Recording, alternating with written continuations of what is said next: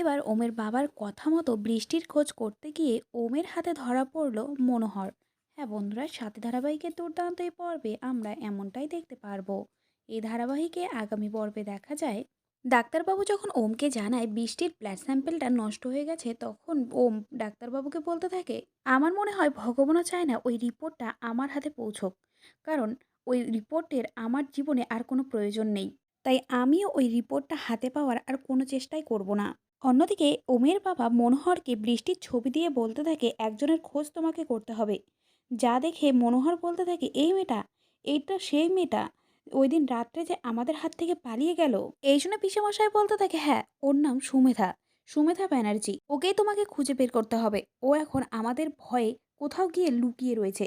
যা শুনে মনোহর বলতে থাকে, স্যার আপনারা কোনো চিন্তা করবেন না, এই বৃষ্টি মেয়েটা যেখানেই লুকিয়ে থাক না কেন, আমি ওকে ঠিক খুঁজে বের করব, আপনাদের কাছে ঠিক নিয়ে আসব। শুধু আমার একটু সময় লাগবে। তো বন্ধুরা, তোমরা কি মনে করছো, এবার কি তাহলে বৃষ্টি মনোহরের হাতে ধরা পড়ে যাবে?